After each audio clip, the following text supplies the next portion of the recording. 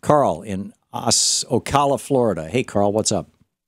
Well, thank you for taking my call. I've been sitting here. Well, I just learned about this free speech, and I've really gotten into watching your show, and I guess a couple other shows on the network. Really enjoy it. I just sent them a check. I think what they do is wonderful and has to be supported. I wanted to make a comment about gun control, and let me say right up front, I've never looked south below my belt to do any comparison when I felt like adding a weapon to my my collection. Okay. But I'm an NRA member, and I'm retired law enforcement, and I'm retired special agent. You know, I have guns, and my kids have guns, my sons have guns, but you know, we're really all disgusted and about this. Well, people like this guy Ben Carson, who I was initially a little bit impressed by. I guess just because of the comparison he offered with that moron Trump.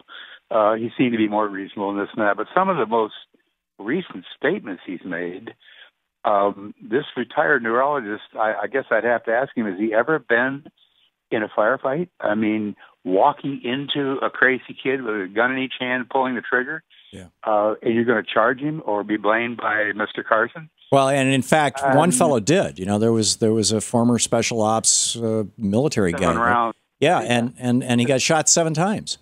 Yeah, well, you know, I've been shot a couple times, but I wasn't dumb enough to charge at a guy shooting at me. I mean, right. I try to take my shots from a little different angle.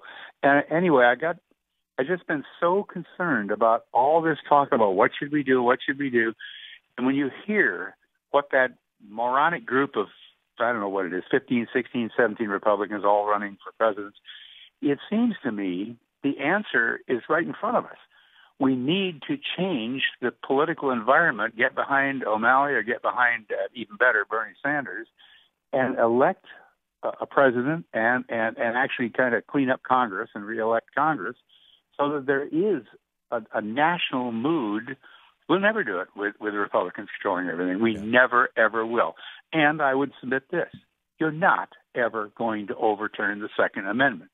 But that doesn't mean that we can't have a dialogue and a discussion and some programs in place that don't say, in contravening the Second Amendment, you can't own a gun. It just says, are you the right person to own a gun? And if you are, here are some things you have to do, but you do them and you can own a gun. Right. Rights are always limited by responsibility, Carl. Even though I disagree with the Heller decision on the Supreme Court, it's law right now. But we also have a right of free speech. But you can't yell fire in a crowded theater, and that's one of 1,000 examples. I can't say obscenities on the air. As my free speech being violated? In fact, it's the government that prevents me from saying obscenities on the air. Should I take up arms against my government or something? I mean, it's a crazy argument to say that because there is a quote right that it is an unlimited and irreconcilable right. I mean, the right to bear arms. First of all, bear arms back when the Second Amendment was being written meant be a member of the military, right? In other words, do you want to bear arms? Yes, that's your way of saying yes. I want to join the military. But that said, I mean, still this whole idea that somehow we regulate guns already. You can't own a surface-to-air missile launcher. You can't own a fully automatic weapon. You can't I guess now people can own 50 caliber machine guns, but that doesn't make any sense to me. It seems like the weapons of war should be taken off our streets. I am a sport shooter. I'm not a hunter, but one of my brothers is very into this. And when my wife and I go to his home, we target practice in his backyard where he's got a shooting range. But he's not nuts about it. I mean, it's just something he does on the weekends. It's sure. And he and Tammy own a bunch of guns, but it's not like that's their fetish or anything. I mean, you wouldn't even know unless you asked them. Well, I don't think the Second Amendment ever was intended to guarantee every living, human, breathing person, regardless of their mental condition, the right to own or use or carry a gun. No. I just don't think that was their intention at all. No, in fact, if you go back and read the debates, it was a response to Jefferson's call that there be no army at all when we were not in war. Yeah.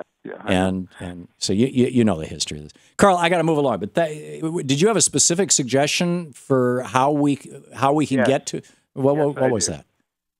Just basically get busy, organize, form support for Bernie Sanders or O'Malley or any of the liberal progressive thinkers, get rid of the Republican candidates and the Republican Congress, and then we'll have the environment to have common sense dialogue. I think you're right. In other words, it's a political problem that we have, and it's a political problem that has been exacerbated by the ownership of these, by and large, Republican politicians by the weapons industry through the agency of the NRA, is how I would say it. Carl, thank you. Excellent suggestion.